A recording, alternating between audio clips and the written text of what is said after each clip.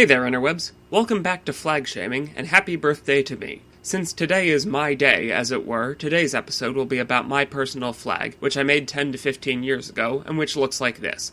Shame!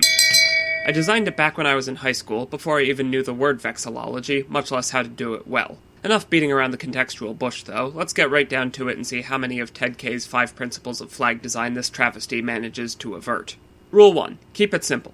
This one is, ironically, complicated. Although K's exact wording is, the flag should be so simple that a child can draw it from memory, CGP Grey added the addendum even if they need to simplify it again, and I share this sentiment. That's why my preferred phrasing is, the flag should be so simple that it is still recognizable even when drawn by a child from memory. For example, even most adults who know that the American flag has 50 stars still struggle with the correct layout. It's a 4x5 grid inside a 5x6 grid, by the way, but we all recognize that this is the US flag, even though it technically isn't.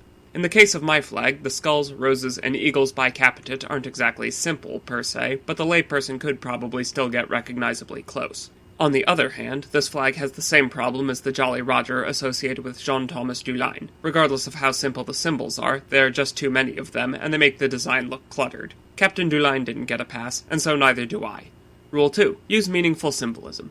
Again, Although the double-headed eagle on this design came directly from the flag of Albania, I don't have any personal connection to the nation. I only used it because I had it conflated with the Roman Aquila and wished to evoke the glory of the empire. I've also used the symbol in other contexts, and always because I just thought it was cool. There was a similar rationale behind the Jolly Rogers. The golden age of piracy fascinated me, but most of all, rule of cool. I included the inverted red star because I was a teenage edgelord. Overall, the symbols aren't completely arbitrary, but they don't hold much personal meaning either, so I'm going to say this is another parameter failure. Rule 3. Use 2 or 3 basic colors. Hey, I actually got a pass on this one. Back in high school, my favorite color was black, and for many uses it still is, but my favorite real color at the time was a vibrant red. Rule 4. No lettering or seals. Another inarguable success. Even back then, I knew better than to put words on a flag. Probably because I live in Pennsylvania, and I learned from our shitty flag's mistakes. Lastly, rule number 5. Be distinct or be related. If you're a regular to this series, you already know that I love the flag of Maryland, so it should come as no surprise that it inspired the overall layout of my design.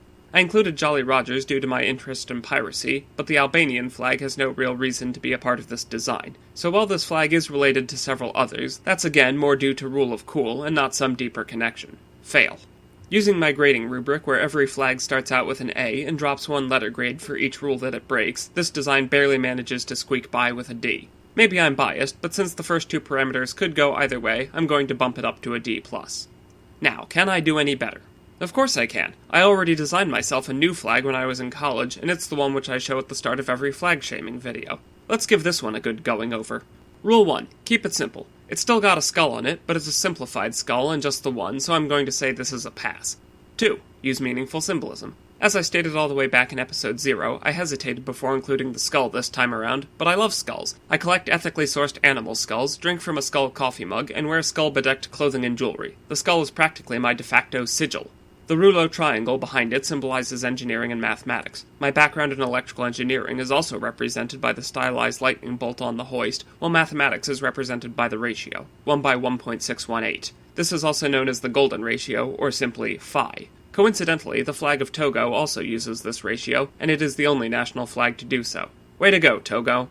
3. Use 2 or 3 basic colors. Again, success. While I'm still using mostly black with white highlights because black flags are cool, I've switched from an edgelord red to a more regal purple, which has also supplanted red as my favorite non-black color.